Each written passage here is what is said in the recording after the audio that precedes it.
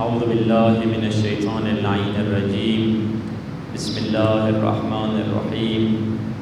الحمد لله رب العالمين. الحمد لله كما هو أهله، والصلاة والسلام على سيد المرسلين وخاتم النبيين أبي القاسم محمد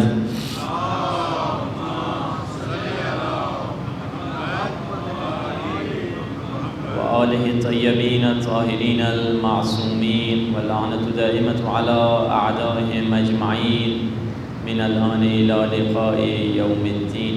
مل کر دعائے فرج کی تلاوت کرتے ہیں. الہی عظم البلاء وبرح الخفاء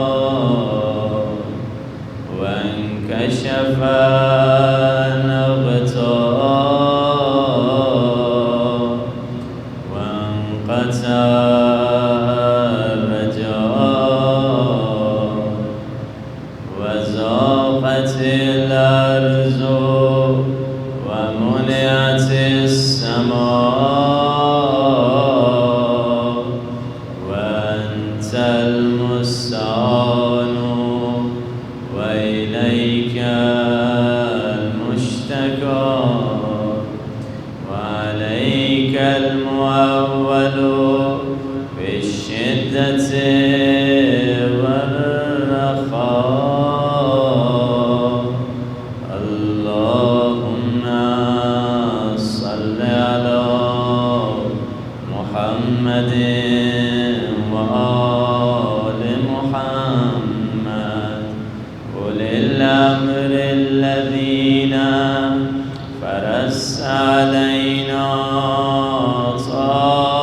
طاعتهم وعرفتنا بذلك منزلتهم، ففرج عنا بحقهم فرجا عاجلا قريبا كلمح البصر أو هو أقرب منك يا محمد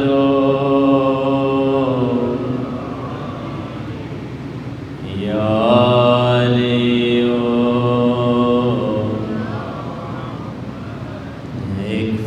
اكفياني فإنكما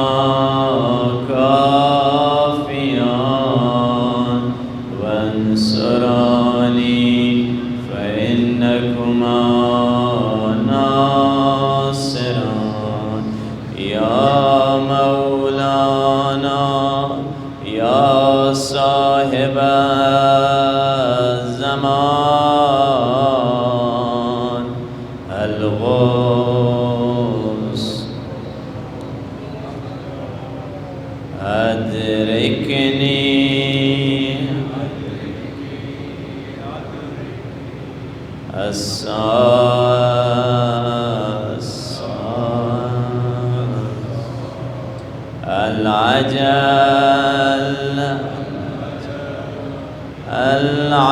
العجل بحق محمد وآله الطاهرين. صلوات.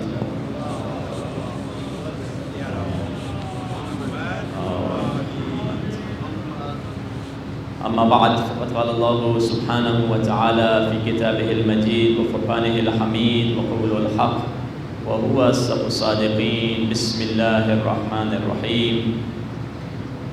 الله ولي الذين آمنوا يخرجهم من الظلمات إلى النور والذين كفروا أولياؤهم الطاغوت يخرجونهم من النور إلى الظلمات أولئك أصحاب النار هم فيها خالدون. صلوات.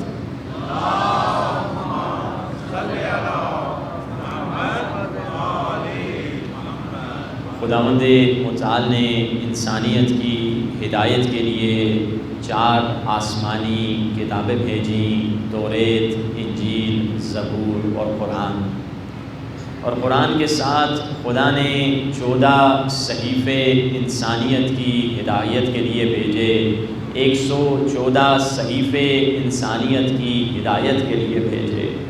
صحیفے بھی قرآن کی طرح کچھ اللہ کی اوامر اور احکامات تھے جو انبیاء کو دیے گئے، مگر بک کی شکل میں نہیں تھا، ایک صفحہ یا ایک ایسی تختی کے صورت میں انبیاء کی طرف بھیجے گئے، جن کا ذکر 30ویں پارے میں ہوا، صحف ابراہیم و موسیٰ، کہ ابراہیم کے صحیفے تھے، موسیٰ کے بھی صحیفے تھے۔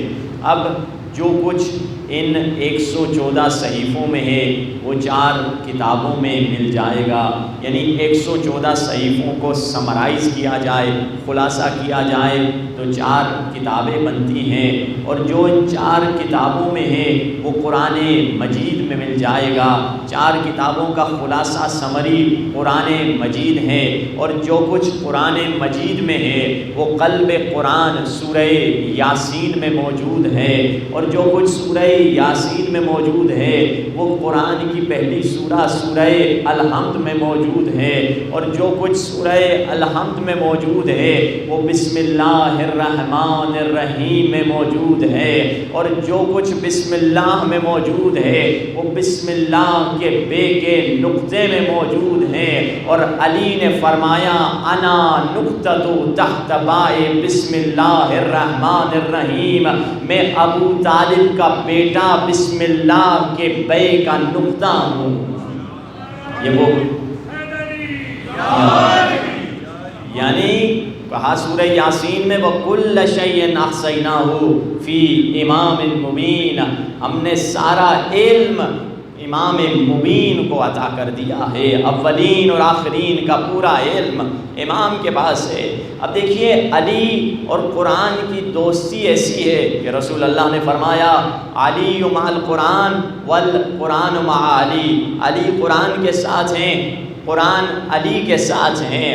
عجیب ہے، قرآن اور علی میں ایسا رشتہ ہے، ایسی دوستی ہے، کوئی اس رشتے کو توڑ نہیں سکتا ہے۔ قرآن اور علی میں ایسی دوستی ہے جیسے نور اور روشنی میں ہے، اگر نور میں روشنی نہ ہو تو پھر نور نور نہیں رہتا۔ قرآن اور علی میں ایسی دوستی ہے جیسی دوستی محبت اور زیارت میں ہے، دل میں محبت ہو تو زیارت کا شوق پیدا ہوتا ہے۔ قرآن بھی نور خدا ہے، علی بھی نور خدا ہے۔ جب خدا کا نور لفظوں کی شکل میں آیا تو قرآن بن گیا، اور جب خدا کا نور انسانوں کی شکل میں آیا تو علی بن گیا۔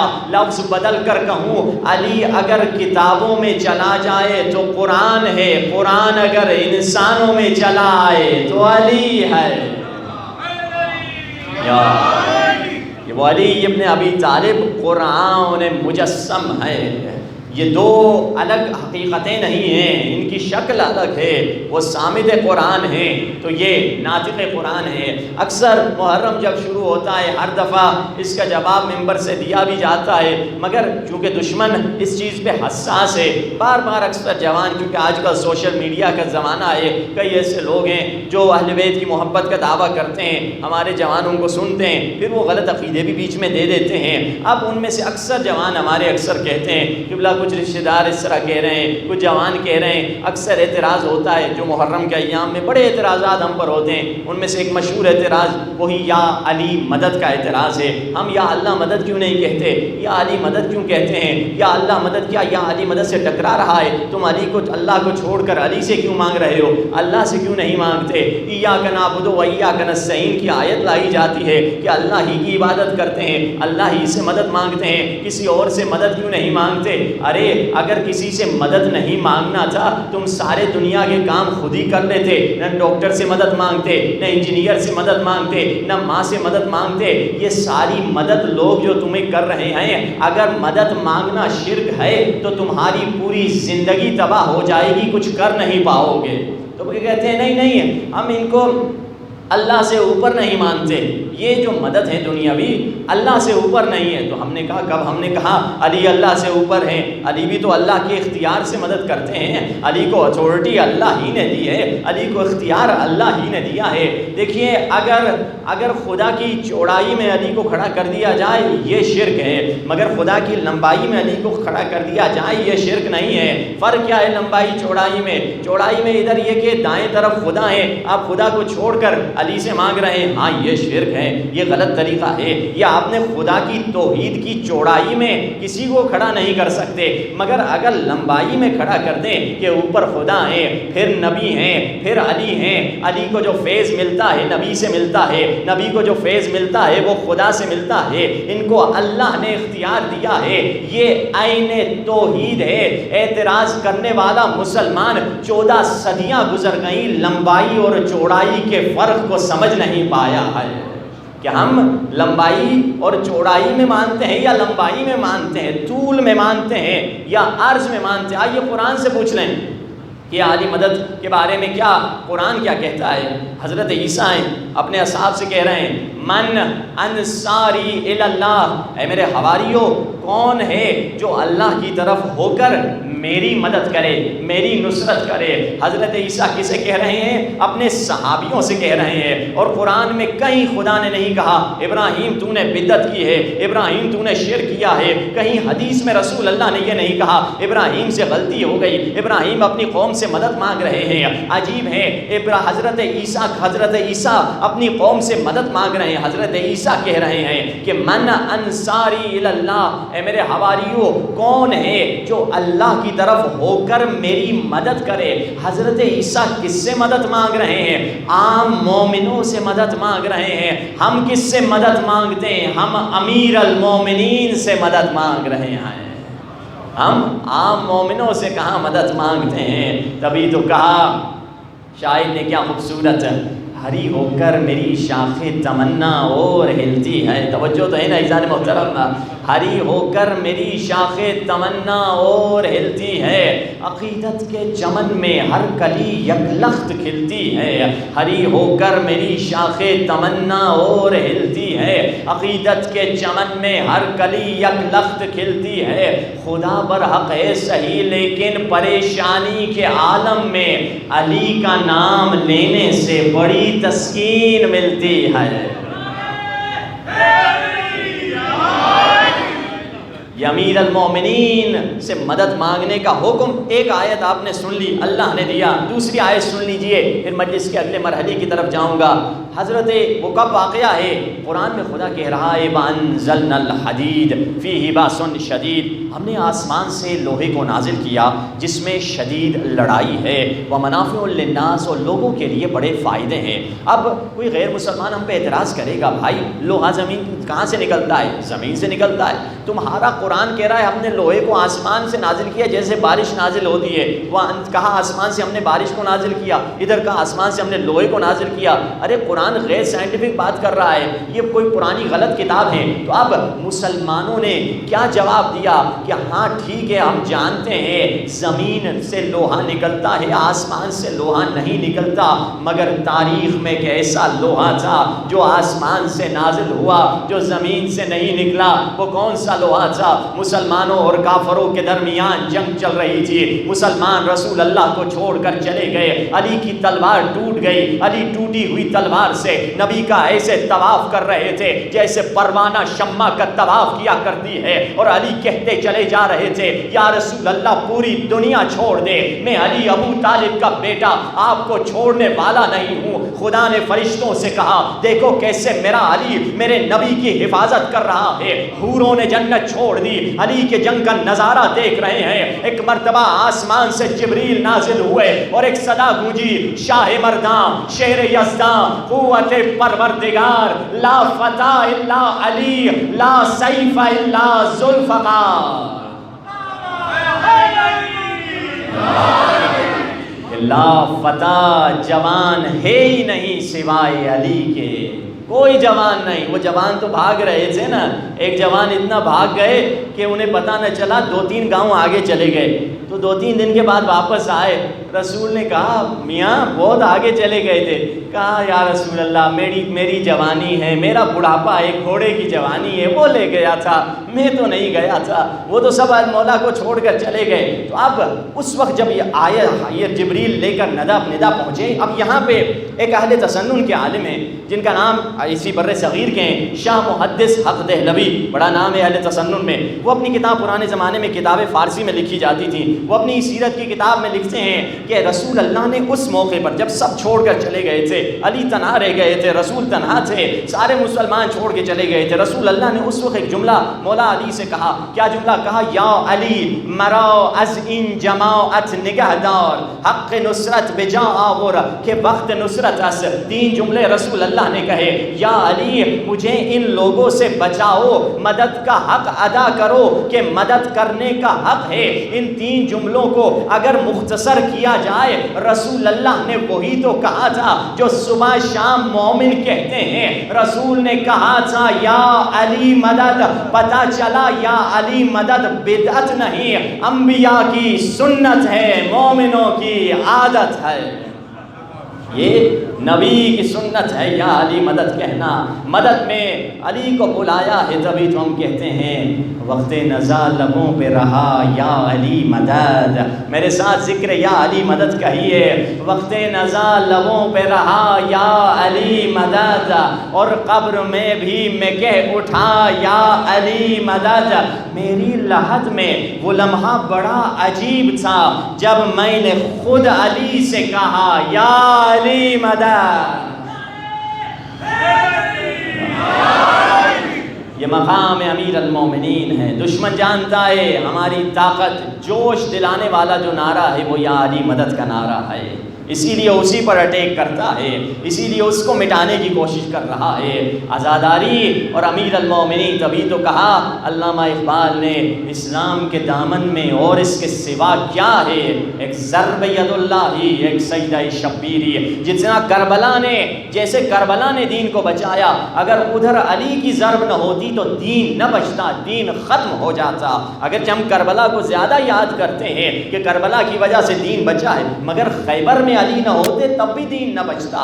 وہ بھی اتنی امپورٹنٹ ہے جتنی کربلا کا واقعہ امپورٹنٹ ہے, مگر اس میں فتح ہے, اس میں کیونکہ غم کا پہلو زیادہ ہے تو ہم زیادہ ادھر توجہ دیتے ہیں, مگر دین بچانے میں وہ تمام فیکٹر, تمام ایلیمنٹ بہت اہم تھے. ایک صلوات پڑھیے محمد و آل محمد کی ذات.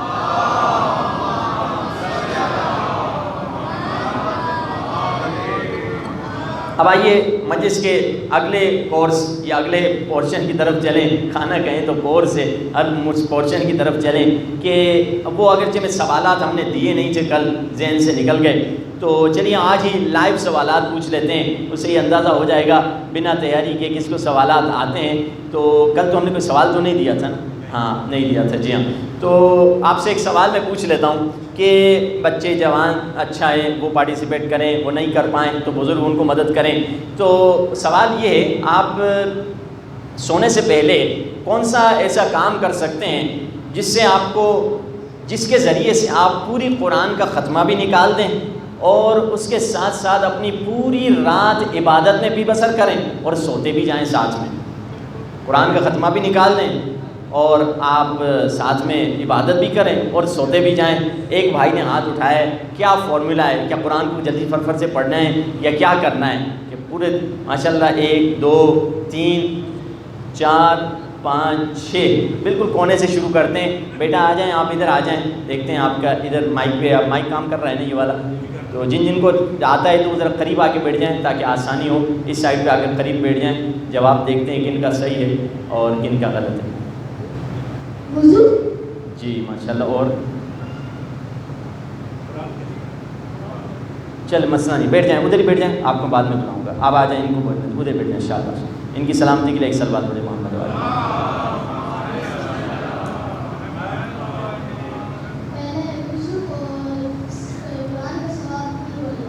قرآن کے سوال بول بولے ماشاءاللہ. ان کی سلامتی کے لیے صلوات پڑھیں. آپ بھی ادھر ہی بیٹھ جائیں اور آپ آ جائیں. محمد مولی محمد معجل فرد. پہلے تو وضو, اور اگر زیادہ ٹائم تو آپ یاسین پڑھ لیں, ورنہ سورہ اخلاص یا پھر بسم اللہ پڑھ لیں. یاسین، بسم اللہ، سورہ اخلاص. ماشاءاللہ ان کی سلامتی کے لیے بھی ایک صلوات پڑھتے محمد والے محمد. کوئی اور ہے اپنا آ جائیں. محمد وعجل فرج.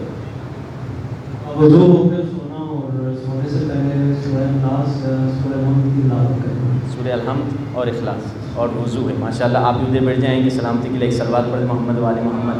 بعد میں بتاؤں گا کون صحیح بول رہا ہے کون غلط ہے. تو جی اپنا وضو کے بعد سورہ الحمد اور 3 فاتحہ والا پڑھے گا. ماشاءاللہ. اب جن جن نے جوابات دیے سبھی آ جائیں اور اپنا گفٹ بھی لیتے چلے جائیں. بچے بھی آ جائیں، بڑے بھی آ جائیں. ان کی سلامتی کے لیے ایک صلوات پڑھیں محمد والے محمد. بسم اللہ. Thank you thank you. صلی علی محمد والے محمد. بارے دیگر صلوات. سب سے زیادہ سلامت. آج مختصر وقت میں سب سے زیادہ سب کو گفٹ ملے. اچھا جواب جو تھا تقریباً سب کا صحیح تھا، مگر کسی کا ناقص تھا، کسی کا کمپلیٹ تھا. آخری ہمارے بھائی مکمل فرمایا کہ حضرت سلمان بیٹھے ہیں اور رسول اللہ ہیں، اصحاب ہیں. رسول نے پوچھا کون ہے جو پوری رات میں ختمہ نکالتا ہے؟ سب خاموش کہ پوری رات میں کون ختمہ؟ مگر تھی ایسی ہستیاں. ان میں سے حبیب ابن مظاہر ایک تھے.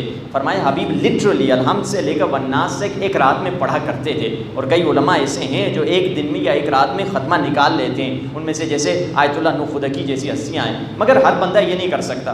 تو لوگوں نے صاحب ایک دوسرے کو دیکھنے لگے، ہم تو نہیں ہیں، کسی کو گفٹ ملنے والا نہیں ہے. رسول خدا نے جو پوچھا ہے تو کسی نے جواب نہیں دیا. تو سلمان نے کہا یا رسول اللہ میں ایک رات میں پورا ختمہ نکالتا ہوں. لوگ ایک دوسرے کو دیکھنے لگے، جھوٹا کہیں گا، ہم تو دیکھتے ہیں یہ تو سویا ہوا ہوتا ہے. چپ ہو گئے، چلو ٹھیک ہے انجوائے کرنے دو اس کو، مزے لے رہا ہے. پھر رسول خدا نے دوسرا سوال کیا کون ہے جو پوری رات عبادت میں گزارتا ہے؟ سب خاموش ہیں، ہم تو یہ نہیں کرتے. پھر سے سلمان نے کہا یا رسول اللہ میں کرتا ہوں. لوگوں نے کہا اب تو زیادہ ہی ہو رہا ہے یار، ٹو مچ ہو گیا. ایک جھوٹ پھر دوسرا جھوٹ. کہا یا رسول اللہ یہ جھوٹ بول رہا ہے، نہ یہ قرآن پڑھتا ہے نہ یہ عبادت میں گزارتا ہے، خواہ مخواہ ہوائی چھوڑ رہا ہے، ہم خود دیکھتے ہیں. رسول نے کہا سلمان تم پہ تہمت لگ رہی ہے، بتاؤ کیا کہو گے؟ کہا یا رسول اللہ آپ ہی نے مجھے بتایا ہے اگر کوئی انسان سونے سے پہلے وضو کر کے سوئے گا خدا اس کو اتنا اجر عطا فرمائے گا گویا پوری رات عبادت میں اس نے گزاری ہے. اور پھر آپ نے فرمایا تھا سورہ توحید جس کی مثال فرمایا یا علی تمہاری مثال سورہ توحید کی طرح ہے. سورہ توحید کو اگر سورہ توحید وہ سورہ ہے جس کو ایک مرتبہ پڑھو گے قرآن کے تیسرا حصہ پڑھ لیا، 2 مرتبہ پڑھو گے قرآن کا جو تیسرا وہ دوسرا حصہ پڑھ لیا، اور 3 مرتبہ پڑھو گے قرآن کو مکمل تم نے پڑھ لیا. یا رسول اللہ میں بھی 3 مرتبہ قرآن سورہ توحید پڑھتا ہوں، خدا مجھے پورے قرآن کے ختمے کا اجر عطا فرماتا ہے. تو یہ اتنا سمپل فارمولا ہے. تھوڑا سا ہاتھ منہ دھو کر وضو کرنا ہے اور 3 قل اللہ پڑھ دینا ہے. اچھا خاصا آپ کو ثواب عطا ہو جائے گا اور اس برکت سے آپ کی زندگی میں بھی برکتیں آئیں گی. صلوات پڑھیں محمد وآل محمد. صلی علی محمد وعجل فرجهم. اب اہل بیت نے ہمیں زندگی میں رہنے کا کیا طریقہ بتلایا، کیا کریں جو اہل بیت کی وہ خوشی حاصل کریں. اہل بیت نے ہمیں وہ درس نہیں دیا کہ تمہاری آخرت بنے گی، تمہاری دنیا بگڑتی چلی جائے گی. وہ دعا جس کو سب سے زیادہ رسول اللہ پڑھا کرتے تھے وہ کون سی؟ ربنا آتنا فی الدنیا حسنہ وفی الآخرۃ حسنہ وقنا عذاب النار. دنیا میں بھی ہمیں اچھائی عطا فرما، آخرت میں بھی اچھائی عطا فرما. اہل بیت نے ہر شے ہر فارمولا آپ کو عطا کر دیا ہے. آپ کو ایک مثال دے دوں، لگتا ہے میں بھول رہا ہوں 2018 یا 2019 میں ایک جاپانی ڈاکٹر تھا، سائنٹسٹ تھا جس کو نوبل پرائز ملا اور اس کا نام تھا یوشی نوری اوسومی. جیسے جاپانیز نام ہوتے ہیں ان کے تو اسی طرح کا یوشی نوری اوسومی ایک جاپانی سائنٹسٹ تھا، اس کو نوبل پرائز ملا. اچھا کیوں نوبل پرائز ملا؟ اس نے 2018 یا 2019 میں ایک نئی چیز کا انکشاف کیا تھا اور نیا پروسیس جو انسان کی باڈی میں صدیوں سے ہزاروں سالوں سے ہوتا آ رہا تھا مگر اس نے ڈسکور کیا، اس کو نوبل پرائز ملا. کیا نام رکھا اس پروسیس کا؟ آپ خود جا کے انٹرنیٹ پہ دیکھ سکتے ہیں، جس کو کہتے ہیں آٹوفیجی. آٹوفیجی جس کو بولتے ہیں آٹوفیجی. آپ جا کے سرچ کریں. اس وقت 2018 میں تو آٹوفیجی پہ ریسرچ کم ہوئی تھی. ابھی آٹوفیجی آپ کو کینسر میں ملے گا. آٹوفیجی آپ کو آٹوفیجی کے ذریعے سے کینسر کا علاج، آٹوفیجی کے ذریعے سے ڈائبٹیز کا علاج، آٹوفیجی کے ذریعے سے کئی سینکڑوں بیماریوں کا علاج ہو سکتا ہے. اب اس بندے نے، اس سائنٹسٹ نے اس پروسیس کو ڈسکور کیا تھا. اس پروسیس کا معنی کیا ہے آٹوفیجی کا؟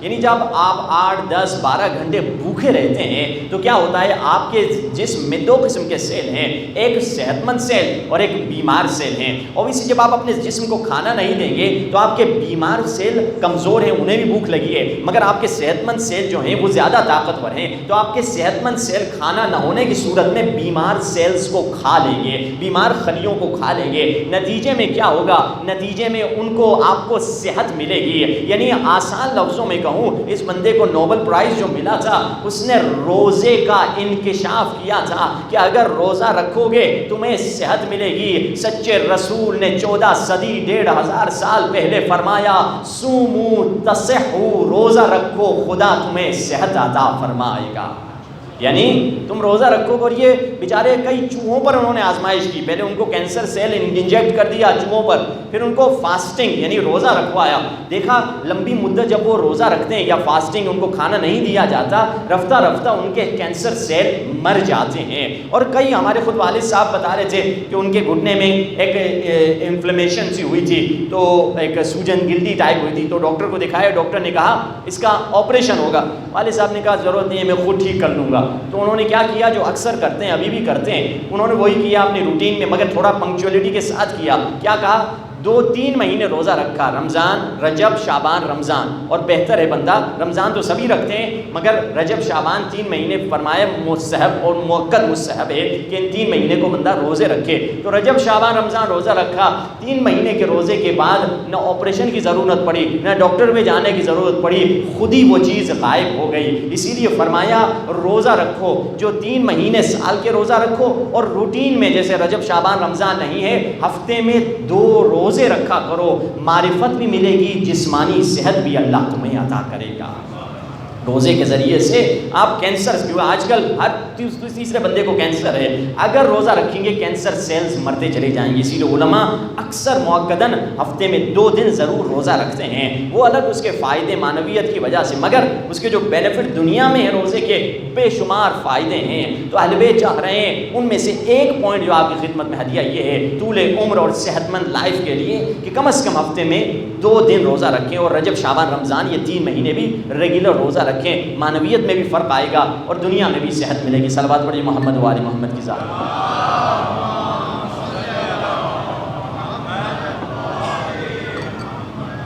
ولایت اور عبودیت عنوان گفتگو کی طرف آئیں۔ ہم اگر چاہتے ہیں ہمیں عبودیت ملے اور ولایت کے ذریعے سے وہ عبودیت ملے گی، سب سے پہلے معرفت ضروری ہے۔ وہ دعائے معرفت جو فرمایا غیبت میں ہر نماز کے بعد پڑھا کرو، اللہم عرفنی نفسک، خدایا اپنی معرفت مجھے عطا فرما۔ اگر یہ مجھے معرفت نہیں ملے گی رسول کی معرفت سے محروم ہو جاؤں گا۔ اللہم عرفنی رسولک، خدایا مجھے نبی کی معرفت عطا فرما۔ اگر یہ معرفت نہیں ملے گی میں حجت کی معرفت سے محروم ہو جاؤں گا۔ اللہم عرفنی حجتک، خدایا مجھے حجت کی معرفت عطا فرما۔ اگر مجھے یہ نہیں ملے گی ضللت عن دینی، اپنے دین سے گمراہ ہو جاؤں گا۔ معرفت میں جو چیز رکاوٹ ہے وہ ہماری صفات خبیثہ ہیں، اور اس دور میں جس صفت خبیثہ پر حملہ کیا جا رہا ہے وہ کون سی ہے؟ میڈیا میں اس صفت پہ حملہ کیا جا رہا ہے، سوشل میڈیا پہ، مین اسٹریم میڈیا پہ، ٹی وی چینلز میں، آپ کی یونیورسٹی میں، آپ کی ایجوکیشن سیکولر لبرل ایجوکیشن جو ہمارے بچے اسکولوں میں جاتے ہیں، اب کوئی ماحول عجیب ہے، بچہ اس ادھر یونیورسٹی میں بچہ امام بارگاہ مسجد میں آتا ہے، اس کو جو علم دیا جاتا ہے، اہل بیت کا نور دیا جاتا ہے، بیچارہ بچہ اسکول میں جاتا ہے اپوزٹ ڈائریکشن پہ اسے پڑھایا جاتا ہے۔ وہ نظام تعلیمی شیطانی نظام تعلیمی، ہمارے سارے نظام تعلیمی، یا بیچارہ ہمارا بچہ آکسفورڈ پڑھتا ہے یا کیمبرج پڑھتا ہے، ہم خوش ہوتے ہیں ہمارا بچہ بیکن جا رہا ہے، ہمارا بچہ پتہ نہیں کیڈٹ اسکول جا رہا ہے، فلاں جگہ جا رہا ہے۔ جتنا بے دین اسکول ہوتا ہے ہم اتنا مہنگا بھی ہوتا ہے، اتنا زیادہ ہم خوش بھی ہو رہے ہوتے ہیں کہ ہمارا بچہ اتنے اچھے اسکول میں پڑھے گا، اتنی اچھی ایجوکیشن حاصل کرے گا۔ جو ایجوکیشن اس کو ملتی ہے وہ دین کے خلاف ہے، کیونکہ ہم کاپی پیسٹ والے لوگ ہیں، وہاں سے جو ایجوکیشن آتی ہے وہی اپنے بچوں کو پڑھا رہے ہوتے ہیں۔ جیسے ایک امریکہ میں ایک شخص کہتا ہے ڈاکٹر. اب میں اس صفت کی طرف آتا ہوں جس کو تباہ کیا جا رہا ہے. اس واقعے کے ساتھ آپ کو بتلاتا ہوں. ایک مومن کہتا ہے ڈاکٹر تھا, کہتا ہے ہماری بچی جب بالغ ہوئی, اس علاقے میں کوئی مسلمان نہیں تھا, میں نے بچی کو حجاب سکھایا, نامحرم سے ہاتھ نہ ملانا, بات نہ کرنا, اس نے یہ عمل کرنا شروع کیا. ایک دن اس کے اسکول سے فون آئی ہیڈ ماسٹر کی, آپ کی بچی کے بارے میں ہم آپ سے بات کرنا چاہتے ہیں. میں گیا, میں نے سمجھا شاید کچھ گریڈ میں مسئلہ ہے, پڑھائی میری بچی صحیح نہیں کر رہی. میں نے کہا کیا مسئلہ ہے؟ انہوں نے کہا آپ کی بچی کو کوئی نفسیاتی مسئلہ ہے, سائیکولوجیکل پرابلم ہے. میں نے کہا کیا مسئلہ ہے؟ کہا آپ کی بچی مردوں لڑکوں کے ساتھ کودتی اچھلتی نہیں ہے, لڑکوں کو ہاتھ نہیں ملاتی, لڑکوں سے بات نہیں کرتی, آپ اس کا علاج کرائیے. اس نے دل میں کہا جس چیز کو یہ نفسیاتی پرابلم کہہ رہے ہیں وہ تو شرم و حیا ہے جو میں نے بچی کو سکھائی ہے, مگر جس دنیا میں رہ رہی ہے اس دنیا میں رسول اللہ نے جو فرمایا آخری زمانہ آئے گا, لوگ عزت کو ذلت سمجھ رہے ہوں گے, ذلت کو عزت سمجھ رہے ہوں گے, لوگوں کی شکلیں انسانوں جیسی ہوں گی مگر ان کے کردار حیوانوں جیسے ہوں گے. اور یہ وہی دور ہے, صرف امریکہ کی بات نہیں ہے, ہماری پورا نظام تعلیم ایسا ہے. آپ نے خود چند ہفتہ پہلے, جو چند مہینہ پہلے پاکستان کی یونیورسٹی جس کا نام پتہ نہیں سو کولڈ کیوں اسلامیہ نام رکھا گیا ہے, اس کا کیس آپ نے سنا؟ کیا وہ ہماری اور آپ کی مسلمان بچیاں نہیں تھی؟ کیا مسلمان کی غیرت نہیں اس میں جاگنی چاہیے کہ ایک بچی اتنی بگڑ گئی, اس نے خود کو چند نمبر اور گریڈ کی خاطر ایک نامحرم کے حوالے کر دیا, زنا جیسے گناہ کبیرہ میں مرتکب ہو گیا. یہ دنیا کیوں بگڑتی چلی جا رہی ہے؟ بے شک سر فہرست اس میں ساری چیزیں ہیں, ان میں سے سر فہرست جو ایجوکیشنل ہمارا نظام ہے. میں نہیں کہہ رہا اپنے بچوں کو یونیورسٹی اسکول نہیں بھیجیے, مگر اس کا کچھ کمپنسیٹ تو کر لیجئے. اس شیطانی, اس دجالی, اس فرعونی نظام تعلیم کے ساتھ آپ بھی تو کوئی نظام تعلیم بنائیں. ہمارے ایجوکیشنلسٹ آگے بڑھیں, کوئی ایسا اسلامی نظام تعلیم لے کر آئیں جس میں بچے جائیں تو ان کو وہ نور معرفت دیا جائے, وہ علم دیا جائے جس کے بارے میں مولا نے فرمایا علم اگر کسی کے دل میں آ جائے, علم یہ H2O نہیں ہے, یہ انفارمیشن ہے, یہ معلومات ہے. علم کیا ہے؟ مولا نے فرمایا علم وہ ہے جو کسی کے دل میں آ جائے تو اس کا دل نورانی ہوا کرتا ہے. یونیورسٹی میں علم نہیں ملتا, معلومات مل جائے گی, انفارمیشن مل جائے گی, گھر کیسے بنانا ہے, کس پیشنٹ کو کون سی دوائی دینی ہے, یہ سب معلومات ہیں. علم نہیں ملتی. علم کیا ہے؟ ثمرۃ العلم العبودیہ. جب علم آتا انسان میں بندگی آ جاتی ہے. بتائیے یونیورسٹی والے کے پاس بندگی زیادہ ہوتی ہے یا چھوٹے بچے میں بندگی زیادہ ہوتی ہے؟ چھوٹے بچے میں زیادہ ہوتی ہے. پتہ چلا جتنا وہ آگے بڑھائے اسے علم نہیں ملا, جہالت مل رہی ہے. نام اس کا علم ہے, جہالت کے نام سے علم دیا جا رہا. قرآن نے کئی جگہ پر کہا ذالک مبلغہم من العلم, ان کے علم کا آخری لیول کیا ہے؟ قرآن کی آیت ہے, ان کے علم کا آخری لیول یہ ہے کہ یہ دنیا بنا لیں. ڈاکٹر کیوں بنتے ہو؟ پیسے کماؤں گا. انجینئر کیوں بنتے ہو؟ پیسے کماؤں گا. آرمی میں کیوں جاتے ہو؟ پیسے کماؤں گا. فلاں کام کیوں کرتے ہو؟ پیسے کماؤں گا. پولیٹیشین کیوں بنتے ہو؟ پیسے. ذالک مبلغہم من العلم, ان کے علم کی انتہا یہی ہے کہ تمہیں دنیا دار بنا دیں, تمہیں پیسے دے دیں, یہی ان کے علم کی انتہا ہے. تو اب جس صفت پر یونیورسٹی میں, کالج میں, میڈیا میں اس دور فتن پہ حملہ کیا جا رہا ہے وہ صفت حیا ہے. حیا وہ صفت ہے. ہم دعا میں پڑھتے ہیں, بار بار سرکار نے فرمایا غیبت کے زمانے میں کہو وعلی النساء بالحیاء والعفہ, خدایا عورتوں کو حیا عطا فرما. مردوں کے لیے بھی حیا ضروری ہے مگر عورتوں میں زیادہ حیا نظر آتی ہے, اسی لیے فرمایا رسول اللہ کے پاس 7 عورتوں کے برابر حیا تھی. اب یہ بے حیائی شروع کیسے ہوئی؟ ہمارا معاشرہ کیوں روز بروز بے حیا ہو رہا ہے؟ اس کی کھیل گیم کہاں ہے؟ فارمولا کیا ہے؟ اگر اس فارمولے کو سمجھیں تو آپ سمجھ جائیے آپ کے یہاں بے حیائی کیوں آ رہی ہے, بے دینیت کیوں آ رہی ہے. یہ بے حیائی شروع ہوئی تقریباً 18ویں صدی کی انتہا تک. یورپ سے جو بے حیائی شروع ہوئی, کیسے یورپ بھی آپ 150 سال پرانی, 100 سال پرانی, جب کیمرہ انوینٹ ہوا تھا تقریباً 100 سال پہلے, پرانی ویڈیوز دیکھیں. انگلینڈ کی عورتیں پورے حجاب میں جا رہی ہوں گی, آپ حیران ہو جائیں گے. اسلام آباد پنڈی سے بھی اچھا حجاب ان کا تھا اس زمانے میں.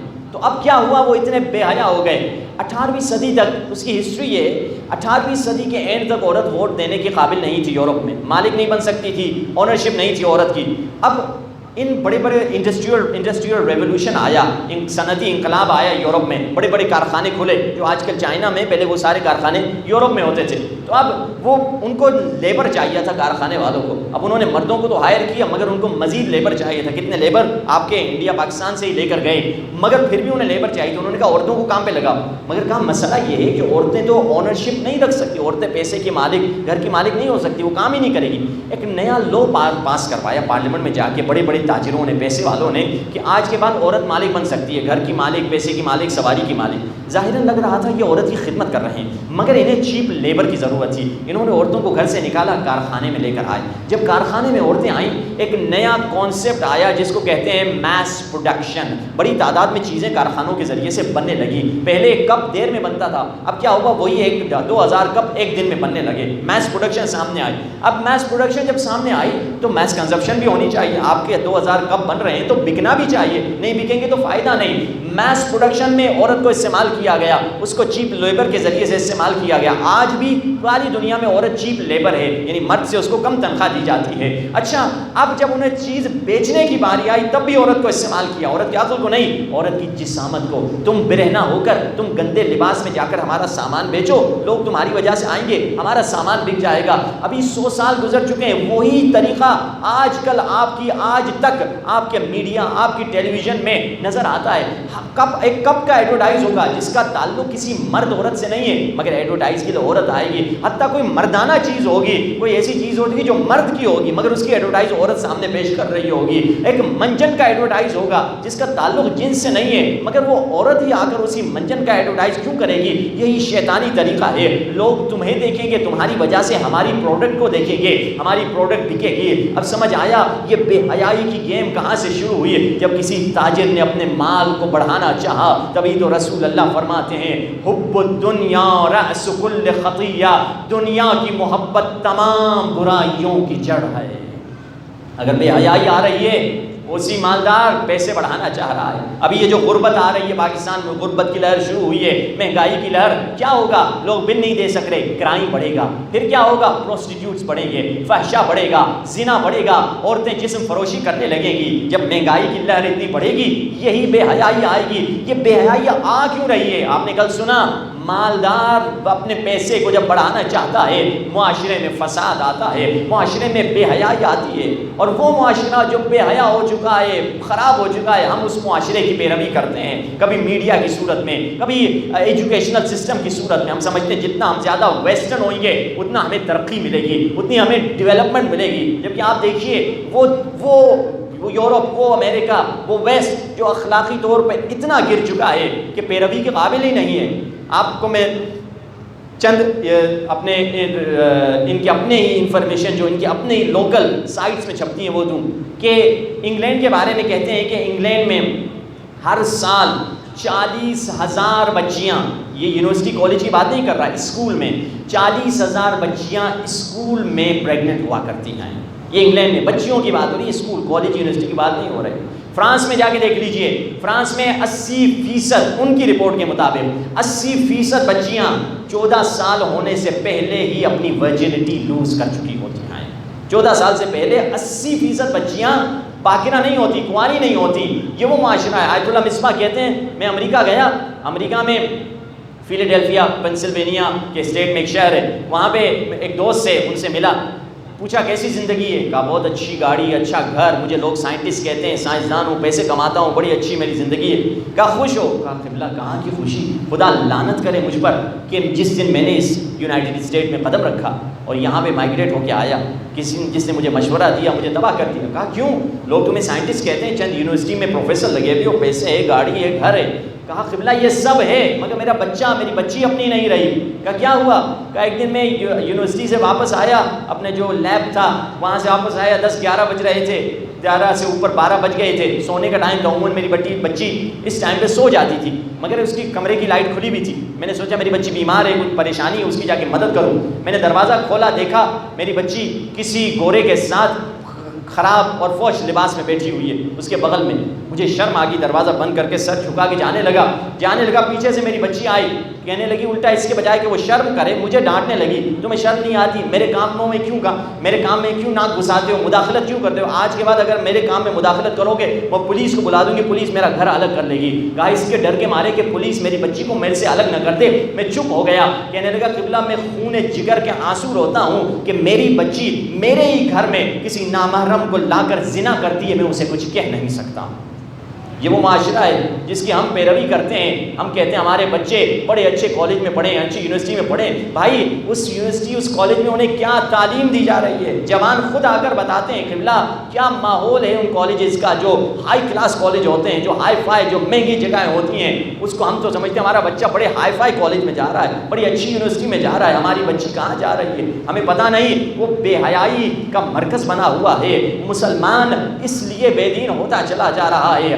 اگر ہم چاہتے ہیں اس صفت حیا کو اپنی بچیوں میں اجاگر کریں, وہ صفت جس کا قتل ہوا جا رہا ہے اس دور میں, جس صفت کا قتل ہو رہا ہے وہ صفت حیا ہے. عورتوں کو تبھی تو فرمایا جبریل نے آخری زمانے میں آؤں گا عورتوں سے حیا لے کر جاؤں گا, مردوں سے غیرت لے کر چلا جاؤں گا. کیا مطلب, کیا خدا نے ہم کو بے حیا بے غیرت بنایا؟ نہیں, ان کے کردار کی وجہ سے جو مرد اور عورت میوزک سنتے ہیں وہ بے حیا اور بے غیرت ہو جایا کرتے ہیں. ان میں سے ایک ریزن یہ ہے نامحرم سے گفتگو کرنا, دوسرا ریزن ہے بے حیائی کا. کئی ریزنز ہیں. دیکھیے کبھی کبھار ہمارے نوجوان ہیں, کبھی کبھار ہمیں میسج کرتے ہیں قبلہ میں پریشان ہوں, کہ اتفاقاً کسی خاتون نے فون کیا, ان کے شوہر ڈاکٹر بھی ہیں, کہنے لگے ہمارا میاں عجیب بیماری میں مبتلا ہوا ہے. اس کی بیماری کا مطلب یہ ہوا کہ وہ ہمارا میاں ہے, شادی شدہ ہے, مگر گندی موویز دیکھنے کا ایڈکٹ ہو چکا ہے. گندی موویز اور فلمز دیکھنے کا ایڈکشن اسے ہو چکا ہے. شادی شدہ ہے. ہم نے ریسرچ کی, آج کل تو سائنٹیفک اسے کہا جاتا ہے, اس طرح کی ایڈکشن پائی جاتی ہے, اس طرح کا نشہ جس کو وہ لوگ ایک سائنٹیفک بیماری کہتے ہیں. در حقیقت روح کی بیماری ہے, نفس کی بیماری ہے. بیوی ہونے کے باوجود بیوی کو چھوڑ کر فحش فلمیں دیکھ رہا ہے. کیوں, کیا وجہ ہے؟ دیکھیے شیطان لذت کے ذریعے سے انسان کو گمراہ کرتا ہے, مزے کے ذریعے. تمہاری بیوی ہے ایک ہے, ایسے کرو تم 1000 نامحرم کو دیکھو تمہیں زیادہ لذت ملے گی. مگر اللہ کا قانون الٹا ہے. اللہ نے بنایا انسان کو ایسے نہیں ہے کہ 1000 نامحرم کو دیکھو گے تو زیادہ لذت ملے گی. آپ سے میں ایک سوال کروں گا, آپ مجھے سوال کا جواب دیں. آپ کو افطاری میں زیادہ مزہ آتا ہے یا رات کے کھانے میں زیادہ مزہ آتا ہے؟ افطاری, کوئی ایسا ہے جو کہے نہیں مجھے رات کے کھانے میں افطاری سے زیادہ مزہ آتا ہے؟ کوئی نہیں ہوگا. سب کہیں گے کس میں؟ افطاری میں ہم کو زیادہ مزہ آتا ہے. فرق کیا ہے؟ دونوں مغرب کے بعد کھائے جاتے ہیں. فرق یہ ہے کہ جس دن آپ نے روزہ نہیں رکھا, آپ نے صبح کو 6-7 بجے ناشتہ کھایا, 10-11 بجے چائے کا کپ پیا, پھر 2 بجے آپ نے دوپہر کا کھانا, پھر شام کو آپ نے چائے بسکٹ. اب جو اتنے دفعہ کھانے کے بعد اب جو دسترخوان پہ بیٹھے آپ کو وہ مزہ نہیں آیا. مگر جس دن آپ نے روزہ رکھا ہے, صبح کو ناشتہ نہیں بلکہ سحری کی ہے اور راستے میں کچھ نہیں کھایا, اب جو شام کو اللہ اکبر کی آواز آئی, آپ نے ایک ٹھنڈا پانی کا گلاس پیا, اس میں اللہ نے وہ لذت عطا کر دی جو پوری دنیا میں نہیں تھی. کیونکہ اللہ کا قانون یہ ہے تم لذت کو محدود کرو گے میں تمہیں زیادہ لذت عطا کروں گا, تم حرام کی لذت چھوڑ دو گے میں تمہیں زیادہ حلال کی لذت عطا کروں گا. جو شخص 1000 نامحرموں کو دیکھتا ہے اس کی بیوی اس کے لیے اٹریکٹیو نہیں ہوتی. تبھی تو وہ شخص حکیم کے پاس آیا, قبلہ حکیم صاحب میں نے جب شادی کی سمجھتا تھا میری بیوی سب سے خوبصورت ہے, اب شادی کے 10 سال بعد مجھے ایسا لگتا ہے ساری عورتیں میری بیوی سے زیادہ خوبصورت ہیں. اس کی کیا وجہ ہے؟ حکیم نے کہا اگر تم ساری دنیا کی عورتوں سے بھی شادی کر لو تمہیں پھر بھی محلے کے کتے زیادہ خوبصورت لگیں گے. بچہ خاموش ہو گیا. کہا تمہاری جو لالچ ہے اس کو تمہاری آنکھ کو صرف قبر کی مٹی بھر سکتی ہے. یہ چپ ہو گیا. اب حکیم نے سوچا کوئی پازیٹیو جملہ کہوں. کہا چاہتے ہو تمہاری بیوی پھر سے خوبصورت ہوتا ہے جیسے شروع کے دنوں میں خوبصورت تھی؟ کہا تم نامحرم کو دیکھنا چھوڑ دو تمہاری زوجہ خوبصورت ہو جائے گی. یہ اللہ نے فطرت میں رکھا ہوا ہے. فطرت سے شیطان ہم کو ہٹا رہا ہے. بلکہ اس سے بڑھ کر آیت اللہ مظاہری امام خمینی رحمۃ اللہ علیہ کے شاگردوں میں سے ہیں, اللہ ان کو طویل عمر عطا فرمائے. وہ فرماتے ہیں دنیا میں لذتیں ہیں ہی نہیں. یہ ساری لذتیں جن کے ذریعے سے ہمیں شیطان دھوکہ دے رہا ہے لذتوں کی شبیہ ہیں. یہ لذتوں کی black and white photo copy ہے, لذت نہیں ہے. آپ کہیں گے کیا مطلب؟ کھانے کی لذت ہے, پینے کی لذت ہے, سونے کی لذت ہے, نکاح کی لذت ہے. یہ ساری حلال کی لذتیں اللہ نے جائز کی ہیں, سب حاصل کرے. ہاں اللہ نے جائز کی ہیں, حلال طریقے سے حاصل کرے, مگر یہ لذتیں نہیں ہیں. کیسے؟ آپ کو دلیل دوں. آپ نے مثال کے طور پہ 10 تو زیادہ ہی ہیں, 5 گلاس آپ نے شربت کے پی لیے. اب میں اگر آپ کو دوسرا شربت کا گلاس دوں, آپ کہیں گے نہیں قبلہ میرا پیٹ پھٹ جائے گا. اگر لذت اس شربت میں تھی تو 5 گلاس کے بعد بھی آنا چاہیے, 6ٹھے گلاس میں آنی چاہیے. لذت کیوں نہیں آ رہی؟ آپ نے 2 پلیٹیں بریانی کی کھائیں، میں نے تیسری پلیٹ سامنے رکھ دی، آپ کہیں گے نہیں اب ہٹاؤ، اب تو اس کی بو سے بھی مجھے نفرت آ رہی ہے۔ اگر اس میں لذت تھی تو تیسری پلیٹ میں بھی لذت آنی چاہیے۔ مسئلہ کیا ہے؟ مسئلہ یہ ہے دنیا میں جو لذت کے فلسفر، جو گہرے لوگ ہیں، گہری سوچ رکھتے ہیں، وہ کہتے ہیں یہ تمام چیزیں، تمام لذتیں نہیں، یہ درد سے ریلیف کا نام ہے، یہ درد سے چھٹکارے کا نام ہے، یہ پین سے ریلیف کا نام ہے۔ اللہ نے ایک درد بنایا جس کا نام رکھا بھوک، جب آپ نے کھانا کھایا وہ درد ہٹا، آپ کو لذت ملی۔ اللہ نے ایک درد بنایا جس کا نام رکھا پیاس، جب آپ کو پیاس لگی آپ نے پانی پیا وہ درد ہٹا، آپ کو لذت ملی۔ اللہ نے ایک درد بنایا جسم کی تھکاوٹ، جب آپ سوئے تو وہ ہٹی تو ایک مرتبہ آپ کو لذت ملی۔ اللہ نے ایک درد بنایا جوانی کے جذبات، جب آپ نے شادی کی وہ درد ہٹے تو آپ کو لذت ملی۔ تمام لذتوں کا دار و مدار درد پر ہے۔ اگر دنیا میں درد نہ ہو، پین نہ ہو تو پلیجر کبھی نہیں ملتا، درد نہ ہو تو مزہ نہیں ملتا۔ اصل لذت تو اللہ نے جنت میں مومن کے لیے رکھی ہے، وہ اصلی لذت ہے، اس میں درد نہیں ہے۔ قرآن نے کہا ہے اس میں درد نہیں، وہ پیور لذت ہے، وہ پیور پلیجر ہے، وہ پیور مزہ ہے۔ یہاں تو درد اور لذتیں ملی ہوئی ہیں، الگ نہیں کر سکتے آپ کو بچے دیکھنے کی لذت چاہیے تو ماں کو 9 مہینے بچے اٹھانے کی درد کو جھیلنا پڑے گا۔ آپ کو ڈاکٹر بننے کی لذت چاہیے 10 سال پڑھنے کی درد کو برداشت کرنا پڑے گا۔ آپ کو مجتہد بننے کی لذت چاہیے 40 سال حوضے میں گزارنے پڑیں گے۔ یہاں درد اور لذتیں ملی ہوئی ہیں ساتھ میں۔ دنیا کا اللہ نے بنایا ہی ایسا ہے دنیا کو۔ اب آپ پوچھیں گے کیا اسلام لذتوں کے خلاف ہے؟ نہیں، اسلام تو کہتا ہے لذتوں میں ڈوب جاؤ، لذتوں میں غرق ہو جاؤ، لذتوں میں دفن ہو جاؤ، مگر کون سی لذت؟ زنا کی لذت نہیں، شراب کی لذت نہیں، حرام کی لذت نہیں۔ کون سی لذت ہے جسے خدا کہہ رہا ہے اس میں ڈوب جاؤ؟ وہ لذت جو نماز شب کے جانماز میں ملتی ہے، وہ لذت جو دعا اور مناجات میں ملتی ہے، وہ لذت جو رب سے گفتگو میں ملتی ہے۔ تبھی تو زین العابدین نے فرمایا خدا نے اپنی مناجات اور دعاؤں میں وہ لذت رکھی ہے جو کائنات کی کسی شے میں نہیں رکھی، مگر یہ لذت گنہگار پہ حرام قرار دی گئی ہے۔ یہ لذت گنہگار نہیں سمجھے گا، ہے کیا چیز ہے؟ جیسے بچہ نہیں سمجھتا، 4 سال کا بچہ نہیں سمجھے گا کہ شادی کی لذت کیا ہے، اسی طرح وہ گنہگار نہیں سمجھے گا کہ کیسے کھڑے رہتے ہیں پوری رات رکوع میں علماء، ان کو تھک نہیں جاتے۔ ہم 2 منٹ کا رکوع 3-4 دفعہ مولانا سبحان اللہ کہتے ہیں ہماری کمر میں درد ہو جاتا ہے۔ یہ کیسے پوری رات رکوع میں کھڑے ہوئے ہیں؟ ہم نہیں سمجھیں گے کیونکہ ہم گناہوں میں ڈوبے ہوئے ہیں۔ موسیٰ کوہ طور جا رہے ہیں، قوم سے پوچھا کوئی پیغام ہے، سب نے پیغام دیے۔ ایک بچہ تھا، اس سے پوچھا، لڑکا تھا، اس سے پوچھا تمہارا کوئی پیغام ہے؟ کہا موسیٰ اپنے خدا سے کہہ دو کھانا دیتا ہے نہیں دے، روزی دیتا ہے نہیں دے۔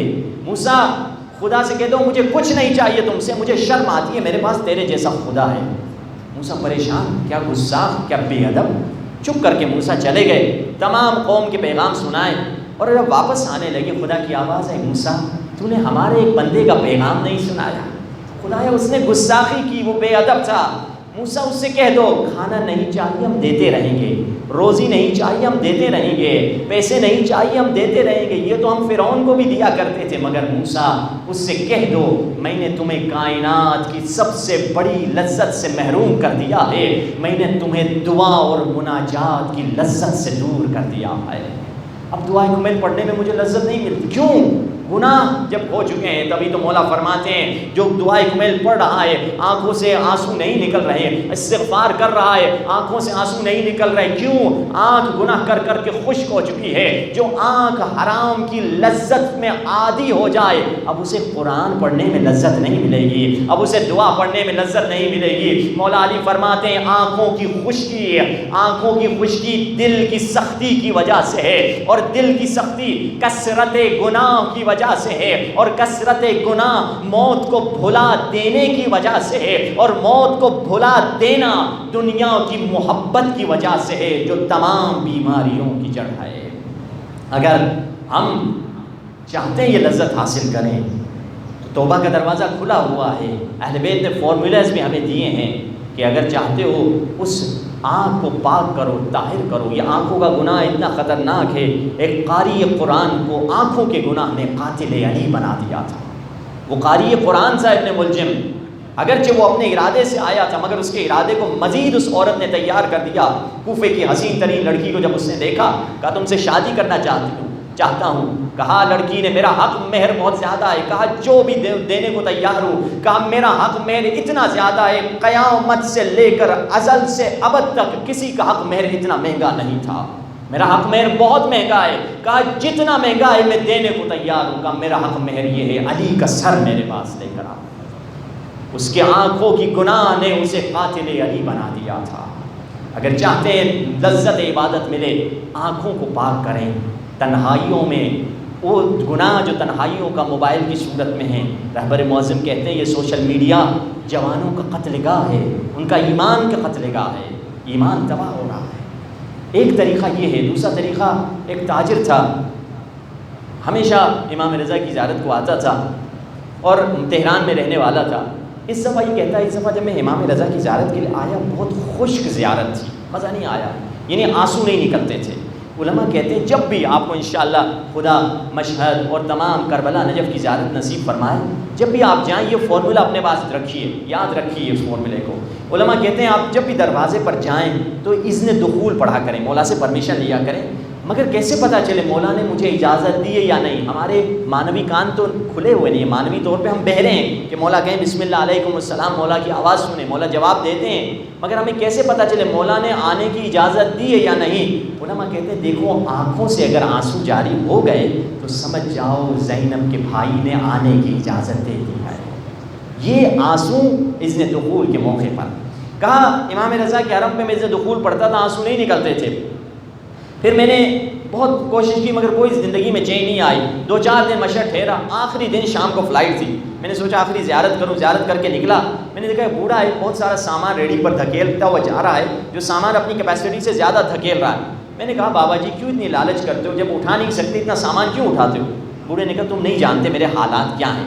تو کہا میں نے ان کی مدد کی، وہ سامان دھکیلا، سامان ڈیلیور کیا. جب سامان پہنچا دیا بوڑھے سے میں نے کہا کیا میں آپ کا مہمان بن سکتا ہوں؟ کیوں یہ جاننا چاہتا تھا کہ اس کے حالات کیا ہیں.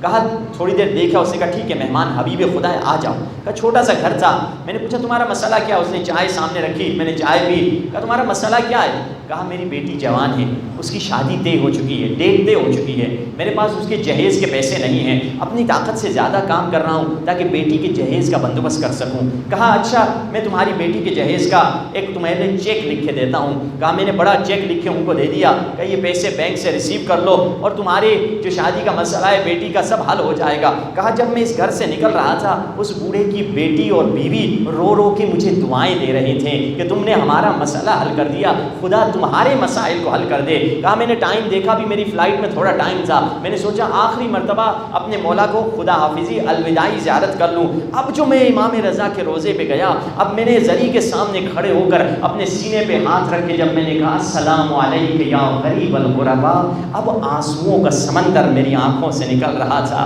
گویا مولا کہہ رہے تھے مرحبا مومن، تو نے کسی مومن کی خدمت کی، اللہ نے تجھے مانوی لذت عطا کر دیا ہے. مانوی لذت کا دوسرا طریقہ، پہلا طریقہ ترک گناہ، دوسرا طریقہ خدمت ہے. تبھی تو مولا سے کسی نے پوچھا مولا امیر المومنین سے کہا دل سخت ہے کیا کروں؟ مولا نے کہا دل سخت ہے تو یتیم پروری شروع کرو، یتیم کے سر پہ ہاتھ پھیرو، یتیم کو کھانا کھلاؤ، یتیم کو اسپانسر کرو گے، اسے دو گے تو تمہارے دل میں بھی نرمی پیدا ہوگی. ہاں اگر ہم چاہتے ہیں اس ایام اعزاں میں بھی، آپ نے ہمیشہ ہم اسی لیے آتے ہیں ان ایام خصوصاً 10 محرم کے بعد ان یتیموں پہ گریہ کرنے آتے ہیں جن یتیموں کو رونے نہیں دیا گیا تھا. اے مولا علی آپ یتیموں کا کتنا خیال رکھا کرتے تھے، مگر مولا ذرا کربلا میں آئیے، حسین کی بیٹی یتیمہ کے ساتھ کیا سلوک کیا جا رہا ہے. ہاں زادارو، ایک عالم دین کہتے ہیں میں شام میں گیا، وہاں کے وہ لوکل علماء سے پوچھا آپ نے یہاں کوئی معجزہ کوئی کرامت دیکھی ہے؟ وہ کہتے ہیں کہ کئی کرامتیں دیکھی، ایک آپ کو بتاتا ہوں. کہا بتلائیے. کہا لبنان میں ایک عیسائی خاتون رہتی تھی، اس کی بیٹی 4-5 برس کی تھی جس کو فالج ہو چکا تھا، پاؤں سے چلنے کے قابل نہیں تھی. لبنان کے تمام ڈاکٹروں کو وہ دکھا چکی تھی مگر اس کی بیٹی ٹھیک نہیں ہوئی. کسی نے اس کو کہا شام میں ایک ڈاکٹر ہے ادھر جا کر اپنی بیٹی کو دکھاؤ. یہ دمشق میں آئی، ایک ڈاکٹر کے سپرویژن میں اس کی بیٹی کا علاج چل رہا تھا، 2-3 مہینے علاج چل رہا تھا. تو اس نے کرائے پہ ایک فلیٹ لے لیا، وہاں پہ رہتی تھی اور علاج بھی کرواتی تھی. انہی ایام کے دوران محرم کا مہینہ شروع ہو گیا اور اس نے ماتمی دستے کو جاتے ہوئے دیکھا۔ ماتمی دستے سے پوچھا کہاں جا رہے ہو؟ ماتمیوں نے کہا حسین کی ایک بیٹی تھی جو زندان شام میں رو رو کے مر گئی، ہم اس کی زیارت کے لیے جا رہے ہیں۔ ہاں زادارو، جب شام میں شام ہوا کرتی تھی، سکینہ سجاد کا بازو ہلا کے کہتی تھی بھیا یہ پرندے کہاں جا رہے ہیں؟ سید سجاد سوال کو سمجھ جاتے، روتے بھی، فرماتے بہن یہ اپنے اپنے گھروں کو جا رہے ہیں۔ پھر سکینہ رو کے پوچھتی بھیا تو پھر ہم اپنے گھر کب جائیں گے؟ جس بچی کو سنو گے، جس بچی کو وطن جانے کی تمنا تھی، وہ بابا بابا کر کے زندان میں مر گئی۔ ہاں زادارو، یہ بچی کی طرف جب قافلہ جا رہا تھا، اس عیسائی خاتون نے کہا میری بچی بھی تو چھوٹی ہے، 4-5 برس کی ہے، تو اس نے کہا میں بھی چلتی ہوں۔ ماتمی دستے کے ساتھ چلتی رہی، دل ہی دل میں کہہ رہی تھی بی بی سکینہ میں آپ کو جانتی نہیں ہوں، بتا رہے ہیں کہ شمر نے آپ کو بڑے تماچے مارے تھے، بتا رہے ہیں آپ بڑی مظلومہ تھی، بتا رہے ہیں ایک ظالم آپ کے کانوں سے بالیاں ایسے کھینچ کے گیا کہ بی بی کا کان کب تک پھٹا رہا تھا۔ بی بی میں آپ کو جانتی نہیں، مگر میری بیٹی کو شفا دے دیجئے، میں زندگی بھر آپ کے بابا حسین کی کنیز اور غلام بن جاؤں گی۔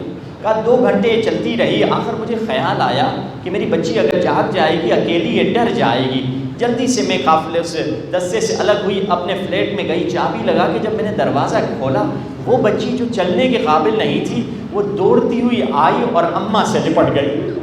میں نے بیٹی سے کہا بیٹی تم تو چلنے کے قابل نہیں تھے، تم کیسے چل رہی ہو؟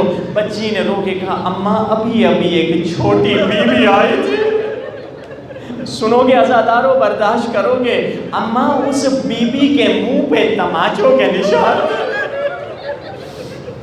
اس بیوی نے کہا اپنی اماں سے کہو وعدہ نہ بھولنا۔ السلام علیکہ یا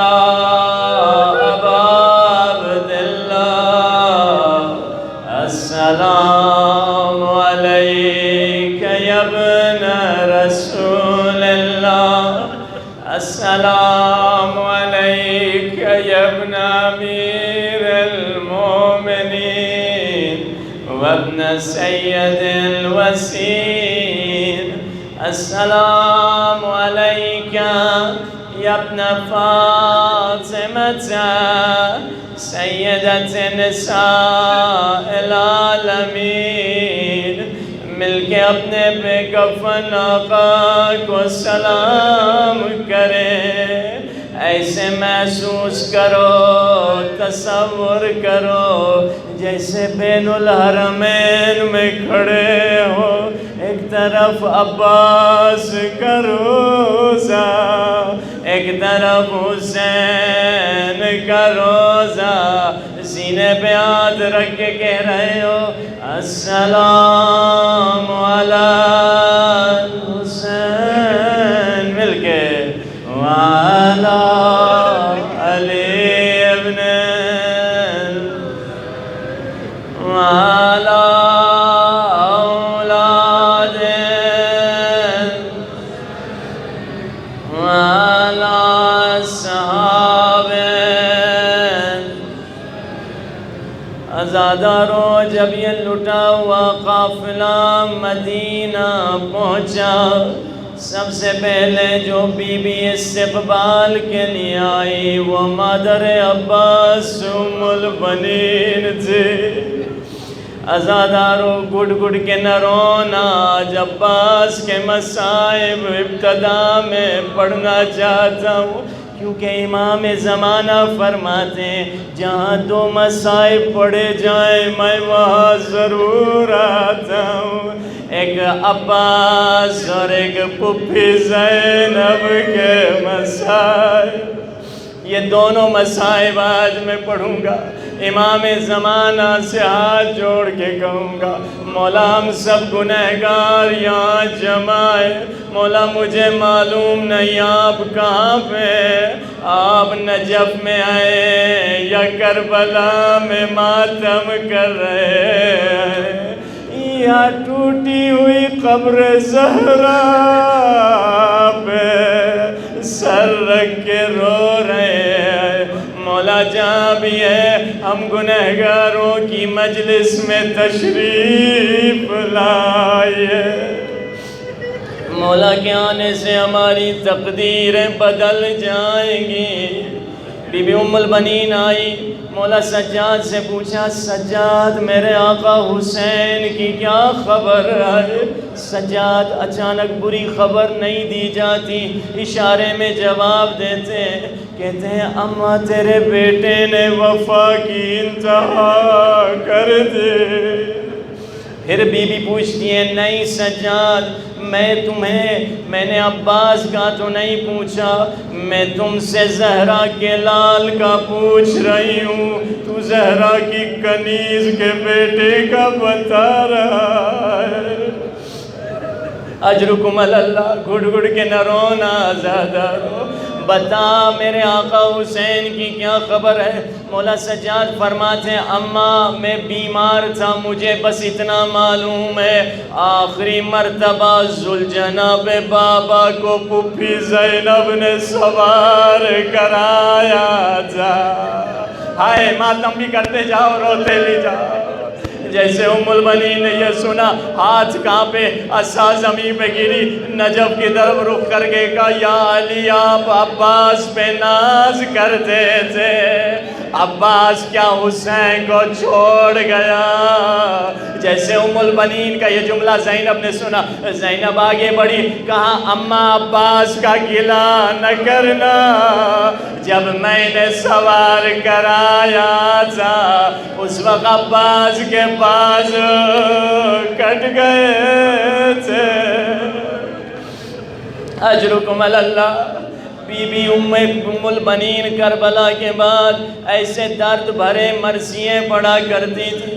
بی بی ام البنین جاتی تھی، ایک بی بی پہلے جاتی تھی بی بی زینب کے گھر پہ، بی بی زینب کو جا کے کہتی تھی، بی بی میرے عباس کو معاف کر دے۔ پھر بی بی کہاں آتی تھی؟ ایک ایسے گھر پہ جاتی تھی، خود سامنے نہیں جاتی تھی، عباس کے بیٹے کو کہتی تھی تم جا کے دروازے پہ دستک کرو، مجھے ہمت نہیں ہے میں پہلے سامنے جاؤں۔ بچہ دروازہ کھٹکھٹاتا، دروازہ کھلتا، کون؟ بی بی ام رباب سامنے آئے۔ ام البنین ہاتھ جوڑ کے کہتی، بی بی میرے عباس کو معاف کر دے، پہلے عباس کے بازو کٹے پھر تیرے اصغر کو تیر لگا تھا۔ بی بی میرے عباس کے بازو ہوتے تیرے اصغر کو تیر نہ لگتا۔ بی بی ام البنین کے دو مرثیے، عباس جب میں سنتی ہوں لوگ کہتے ہیں تیرے بازو کٹے، مجھے یقین نہیں ہوتا، مگر عباس جب میں سنتی ہوں کہ سکینہ کے منہ پہ تماچے لگے مجھے یقین ہو جاتا ہے۔ ہائے ماتم بھی کرتے جاؤ، روتے بھی جاؤ، تیرے بازو کٹ ہی گئے ہوں گے۔ اگلا جملہ بی بی کا مرثیے کا، غیرت مند جوانوں برداشت کر لو گے، عباس جب میں سنتی ہوں تیرے بازو کٹے مجھے یقین نہیں ہوتا، مگر جب میں سنتی ہوں زینب کی شمر چادر کھینچ گیا مجھے یقین ہو جاتا ہے تیرے بازو کٹی گئے ہوں گے۔ اجرکم اللہ۔ ازادارو، بس ایک روایت کی زحمت، زندان شام کے قریب سے ایک راوی گزر رہا تھا، اس نے درد بھرا منظر دیکھا۔ کیا دیکھا؟ ایک قیدی ہے جس کے گلے میں رسی بندھی ہوئی ہے، رسی کا دوسرا سرا 5 برس کے بچے کی گردن میں ہے۔ جب قیدی کمر سیدھی کرنا چاہتا ہے، یا باقر کی آواز آتی ہے، بابا رسی چھوٹی ہے، میرا گلا دب رہا ہے۔ اسے دکھ ہوتا ہے، اپنے گھر جاتا ہے، اپنی بیوی سے کہتا ہے تم ہر چاند کی پہلی کو صدقے کا کھانا دیا کرتی ہو، اللہ اللہ کیسے دن آ گئے لوگ سادات کو صدقے کا کھانا دے رہے ہیں۔ بیوی سے کہتا ہے ہر چاند کی پہلی کو تم صدقے کا کھانا دیتی ہو، مجھے وہ کھانا دے دے میں مظلوم قیدیوں کو دے دوں۔ بیوی کہتی ہے پہلے تو کھانا کھا لے پھر ان کو دے دینا۔ یہ شخص کہتا ہے میں نے جو منظر دیکھا مجھ سے کھانا نہیں کھایا جائے گا۔ میں نے زندان میں ایک 4 برس کی بچی دیکھی، لگتا ہے اس کا کوئی چچا بھی مارا گیا ہے۔ کبھی کہتی ہے چچا جان قسم لے لے اب پانی نہیں مانگیں گے۔ اس بچی کا لگتا ہے کوئی 18 برس کا بھائی بھی مارا گیا ہے۔ مومنہ جب سنتی ہے کہتی ہے اگر ایسی بات ہے تو میں بھی کھانا نہیں کھاتی۔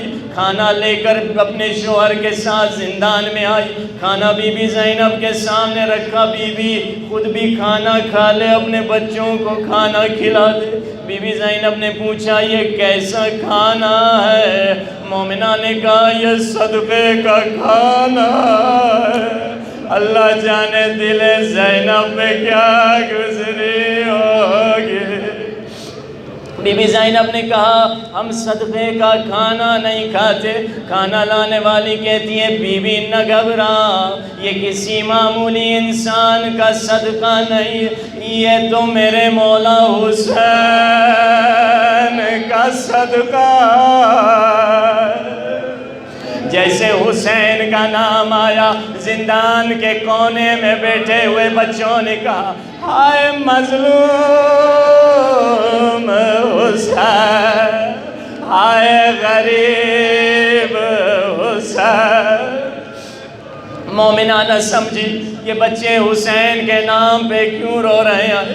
بی بی زینب نے پوچھا مومنہ حسین کا صدقہ کیوں دیتی ہو؟ یہ کہتی ہیں بی بی ایک زمانہ تھا جب میری ماں کوفے میں رہتی تھی، میں پیدا نہیں ہوئی تھی، اللہ نے میری ماں کو 10 بیٹے دیے مگر بیٹی نہیں دی تھی۔ میری ماں بی بی زینب کے پاس آئی، آئے ملکہ عالم بی بی تو دعا کر اللہ مجھے ایک بیٹی عطا کرے۔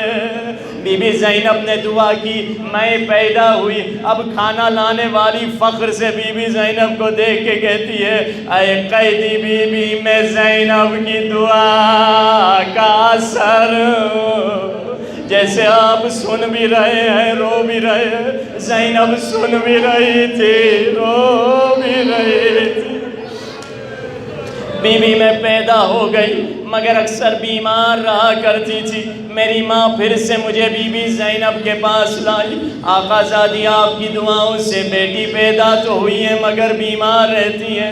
اس موقع پر میری ماں کو بی بی زینب نے کہا ہر چاند کی پہلی کو حسین کا صدقہ دیا کرو۔ میری ماں صدقہ دیتی تھی، اب وہ مر گئی، اب میں صدقہ دیتی ہوں۔ سنو گے بی بی زینب نے کیا کہا؟ بی بی زینب نے کہا کھانا لانے والی صدقہ دینا چھوڑ دے اور صدقے کے موسم گزر گئے ہیں۔ ماتم بھی کرتے جاؤ روتے بھی جاؤ۔ مومنہ جلال میں آئی، قیدی بی بی تجھے کھانا نہیں کھانا تو نہ کھا، میرے حسین کو بد دعا تو نہ دے۔ اللہ میرے حسین کو قاسم کے ساتھ آباد رکھے، اللہ میرے حسین کو عباس کے ساتھ سلامت رکھے۔ جیسے عباس کا نام آیا سکینہ روتی روتی کھڑی ہو گئی، کہاں ہے میرے چچا عباس؟ مومنہ گھبرا گئی، اے بی بی یہ بچی کون ہے جو عباس کو چچا کہہ رہی ہے؟ زینب نے کہا یہ عباس کی بھتیجی ہے، یہ حسین کی بیٹی ہے۔ مومنہ اٹھی، ایک مرتبہ سکینہ کو سر سے پاؤں تک دیکھا، یہ بچی جس کا کرتا جلا ہوا ہے، جس کے کان پھٹے ہوئے ہیں، جس کے منہ پہ تماچوں کے نشان۔ اے بی بی اگر یہ سکینہ ہے تجھے تیرے رب کی قسم بتا تو کون ہے؟ اب زینب کیا کہے؟ آہستہ آہستہ کہا انا زینب بنت علی، میں وہی زینب ہوں۔ مومنہ نے سر پیٹ کے کہا اگر تو زینب ہے تیرا حسین کہاں ہے؟ کہا وہ نو کے نئے سے